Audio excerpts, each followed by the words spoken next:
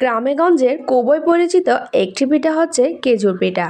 রান্নাঘরে থাকা কমন কিছু উপকরণ দিয়ে তৈরি করতে পারবেন মজাদার এই খেজুর পিঠাগুলো। খুব অল্প সময়ে তৈরি হয়ে যায় আর খেতে কিন্তু অসম্ভব মজা। চলুন তাহলে ঝটপট খেজুর পিঠা তৈরি রেসিপিটা দেখে নেওয়া যাক। খেজুর পিঠা তৈরি করার জন্য প্রথমে একটা মিক্সি বলে নিয়ে নিচ্ছি আমি একটা ডিম,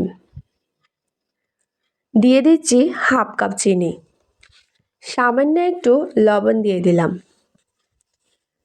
এখন ডিমের সাথে চিনিটা খুব ভালোভাবে মিক্স করে নিব। চিনিটা পুরোপুরি গলে গেলে এখন আমি এখানে দিয়ে দিচ্ছি 2 চামচের মতো নারকেলের গুঁড়া, ঘি দিয়ে দিচ্ছি 2 চা চামচ। আবারও সবকিছু খুব ভালোভাবে মিশিয়ে নিলাম। এখন আমি নিয়ে নিচ্ছি 1 কাপ সুজি, তবে সুজিগুলো আমি একেবারে মিশাবো না। অল্প অল্প করে সুজিগুলো ডিম চিনি মিশ্রণের সাথে খুব ভালোভাবে মিশিয়ে নিতে হবে। সুজিটা ভালোভাবে মিক্স হয়ে গেলে এখন এখানে দিয়ে দিচ্ছি হাফ চামচের মতো বেকিং পাউডার। এবার হাত দিয়ে মেখে একটা ডো তৈরি করে নিব। এখন ঢাকনা দিয়ে ঢেকে রেখে দিচ্ছি 10 মিনিটের জন্য। 10 মিনিট রেস্টে রাখার কারণে ডোটা ভালোভাবে সেট হয়ে যাবে।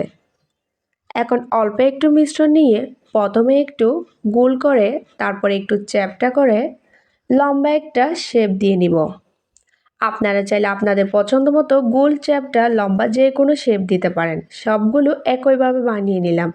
চুলায় একটা প্যান বসিয়ে পরিমাণ মতো তেল দিয়ে দিলাম।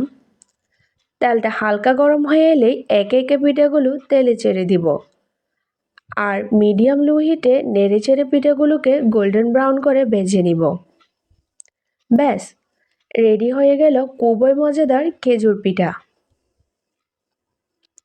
এই পিঠাগুলো একটা এয়ারটাইট বক্সে করে বেশ কয়েক মাস সংরক্ষণ করতে পারবেন। তো কেমন লাগলো আজকের রেসিপি অবশ্যই কমেন্টে জানাবেন।